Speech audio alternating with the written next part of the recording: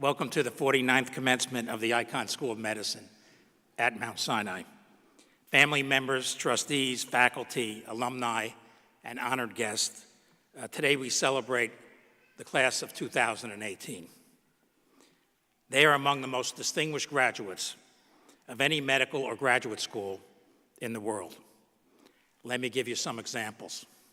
One of our graduates co-created a national advocacy movement, Protect Our Patients, through which 4,000 medical students nationally were organized to advocate against the repeal of the Affordable Care Act. Another co-authored the Atlas of Palliative Care in Africa, a comprehensive overview of the state of palliative care in Africa. Histories, a book, was published by one of our graduates, chronicles what brings people to the medical profession, including their doubt, their fears, and their hopes. Many of our graduates made a commitment to human rights and social justice by taking on local and national leadership roles to ameliorate racism and unconscious bias in medicine, working diligently to increase diversity in the medical profession and create an environment where diversity and inclusion are valued, and contributing significantly to advancement of women in medicine and science. In addition, our graduates have conducted groundbreaking research, including the development of immunotherapy for cancer and other anti-cancer therapies, the identification of novel antiviral therapies, increasing the understanding of the susceptibility to cardiac arrhythmia and coronary artery disease, and uncovering the genetics of bipolar disorder and schizophrenia, and the molecular mechanisms of memory and drug addiction. Those are just some examples. Obviously, it is important to point out that our graduates did not get to this moment in time and this moment of high achievement alone. So, class of 2018, please stand and thank all those friends and family members that enabled you to get to this point.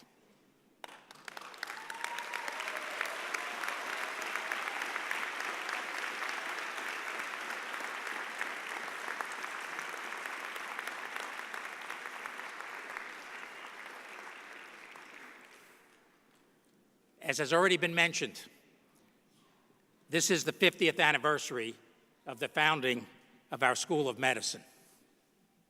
Yes, we are one of the outstanding medical schools in the world. Let me give you some examples. We are a top 20 medical school that is seamlessly aligned with Honor Roll Hospital, Mount Sinai Hospital, a designation that ranks us among the top 20 of over 5,000 hospitals nationwide. We are ranked in the top 15 in NIH funding and ranked in the top 10 in the world by the Nature Innovation Index, reflecting groundbreaking, innovative science that leads to new therapies. There are only 3 schools in the United States that meet these criteria: the Icahn School of Medicine at Mount Sinai, University of California at San Francisco, and Stanford. This all happened in a mere 50 years, a medical school that grew out of a hospital. And as Peter mentioned, not out of a university, unique in American medicine. It could have only happened with the visionary leadership of our founders 50 years ago. Let me give you some examples of that leadership.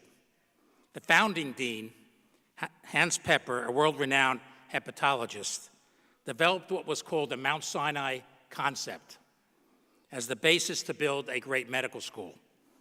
The concept had the traditional tripod features of academic medical centers. One was patient care. The school was immediately attached to a great hospital known for innovation. The Mount Sinai Hospital's contribution to medicine at the time of the school's founding 50 years ago were great and many. They included such pioneering innovation as the discovery of local anesthesia by Kohler in 1884, the establishment early in the 20th century of one of the first chemistry laboratories in American hospitals, the discovery of the method of preserving blood by Lewinson, which made possible modern blood transfusions and blood banking, which has saved millions of lives, and the first description of numerous diseases such as Crohn's disease. Many physicians at the time on the Mount Sinai Hospital staff were recognized as leaders in their field, and they were the authors of standard texts in almost every major field of medicine. In terms of research, the school's research at that time was designed to emphasize quantitative biology, which we still do, technology development, which we still do, and translational and clinical research, which we still do. In terms of medical education, the curriculum then was characterized by early exposure to patients, education in the human sciences, and the formation of a graduate school of biological sciences. Early on, it was decided that the medical school would be, quote, an MIT of medicine, with strong basic science bearing on the practice of medicine. The curriculum focused on the clinical and biologic problems confronting the physician, with a dedication to the personal problems of the patient and their family. It fostered the healer mentality, which still exists today. Our founders said, quote, it is in the physician, in his or her attempt to relieve human suffering, that the fruits of science and the aspirations of humanities are joined. So there is no more fitting person than the Mount Sinai trained physician to initiate this movement, and no better time than now. And that was 50 years ago. So the elements of what we now stand for were put in place by our founders. The Mount Sinai concept lives on. The great Isaac Newton remarked in a letter to his rival, Robert Hooke, on February 5th, 1676, and this is a quote I'm sure you've all heard, "If I have seen Father, it is by standing on the shoulders of giants." Mount Sinai is what it is today because we have stood on the shoulders of giants. And some of those giants are with us today. As I acknowledge these giants in chronological order from when they started at Mount Sinai, I'm going to ask them to please stand and remain standing until all are recognized. Two of our giants could not be here today. Dean Emeritus Nate Case, who was attending the graduation of a grandson, and the former chair of surgery, Arthur Alphys, who was here for more than 50 years, but he couldn't make it today. So let's start. First, Kurt Hirschhorn. Recruited in 1968. Recruited in 1968, he established the medical genetics program, was longtime chair of pediatrics, and won every major award in his field. Next is Sandy Mazer.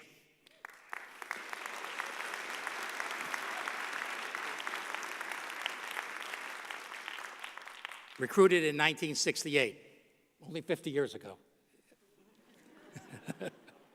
Outstanding cell biologist, 35 years of NIH funding, and as many of you know, a national role model for women in medicine.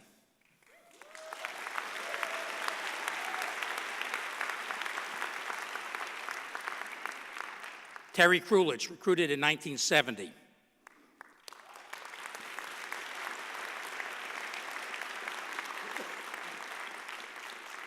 Dean of our graduate school from 1981 to 2002, revolutionized the training of underrepresented students in science and medicine at Mount Sinai.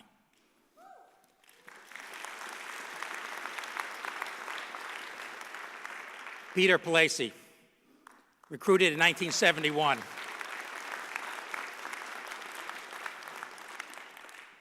Acknowledged as one of the leading virologists in the world, working on developing a universal flu vaccine, chair of microbiology from 1987 to the present. Next is Robert Desnick, recruited in 1972.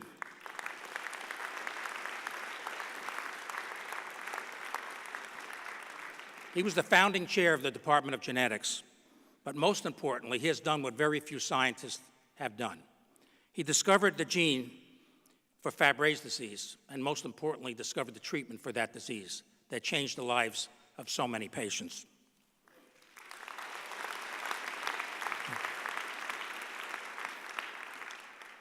Janet Gavrilov, class of 1977.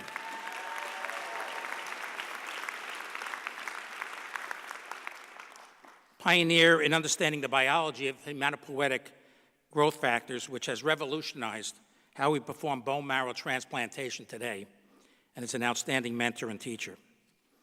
Jeff Laitman.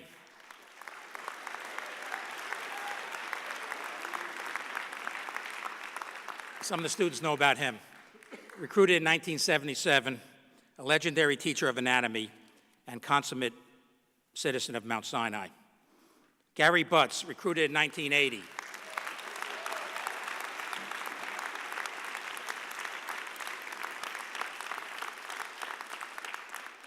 He has established one of the nation's leading centers focusing on diversity, equality in care delivery, and racism and unconscious bias in medicine.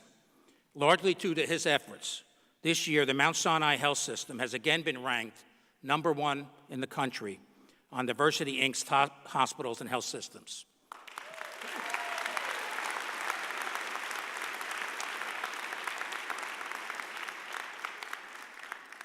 Angela Diaz, from 1981 when she started her pediatric residency.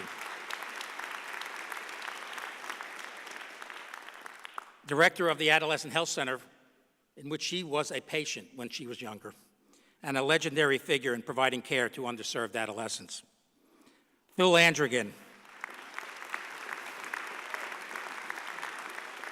recruited in 1985, he's one of the world's leading scientists on the effect of the environment on human health, including he identified the role of lead in children in producing neurocognitive abnormalities. He was the chair of our Department of Environmental Medicine and Public Health from 1990 to 2015.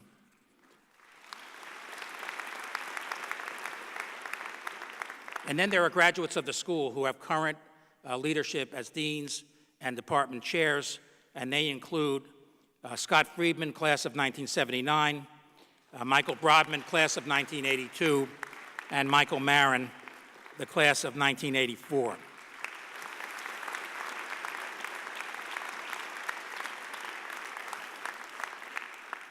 And then we have Bonnie Davis, class of 1973. Bonnie discovered one of the most important drug therapies for Alzheimer's disease today, and she is the first graduate of the school to serve on our Board of Trustees.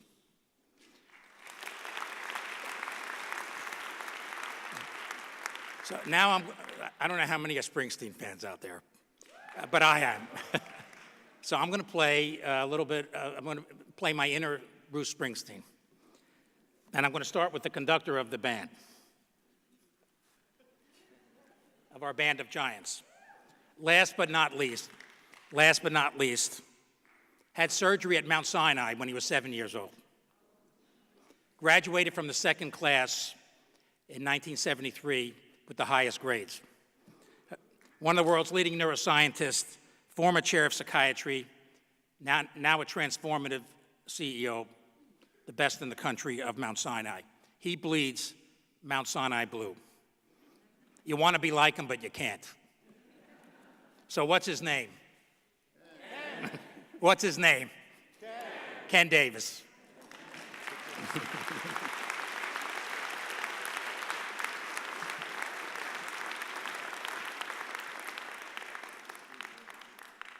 Class of 2018, with these my parting words for you, I wish to speak of the work that needs to be done as our medical school embarks on the next 50 years.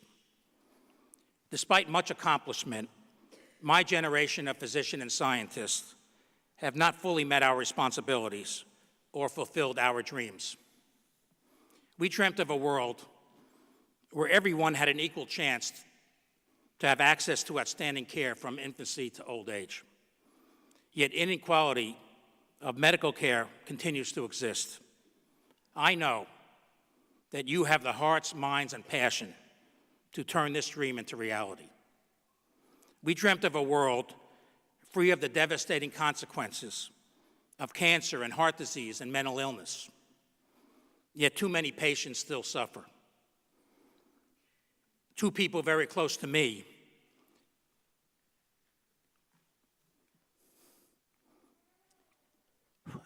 suffer from metastatic lung cancer and metastatic prostate cancer. You must lead the revolution in precision medicine, utilizing advances in genomics, genetic engineering, regenerative biology, and immunology to discover new and novel and more effective treatments for patients with serious disease. It is not easy to be a physician and scientist. It is stressful. As a physician, there will be times for patients and families that you have become close to when all treatments will have failed and the disease cannot be conquered. They will look to you for answers in the waning hours of life when no answers exist. As a scientist, there will be doubt whether you have the creativity to come up with ideas that no one has thought of. And there will be times, even when your greatest ideas will be ridiculed and opposed, that you will need to have the will and confidence to stay the course, the way some of the greatest scientists in history have.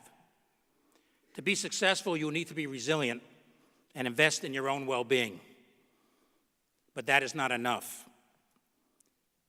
Peabody wrote many years ago in 1927 that the secret of physician well-being is in the caring for the patient. Together, we need to make sure that the culture of Americans' health systems retain the ability for the physician and the patient to engage in a reciprocal relationship in which the fundamental act of caring is regenerative, is affirming, and soul-satisfying. Similarly, the culture in our scientific laboratories needs to emphasize mentorship and teamwork and the importance of work-life balance, because science is a lifetime endeavor. Today, you become alumni of the Icahn School of Medicine at Mount Sinai, and I am confident you will carry on the tradition of our great institution. And in that tradition, promise me, as clinicians on the front line of medicine, you will imagine, you will pursue, and you will provide insights to critical unanswered questions. And promise me, as scientists, you will challenge convention as you invent the future of medicine. And promise me, day after day, you will work tirelessly to make discoveries that allow those who suffer and fall ill today to live healthy lives and thrive tomorrow. Thank you.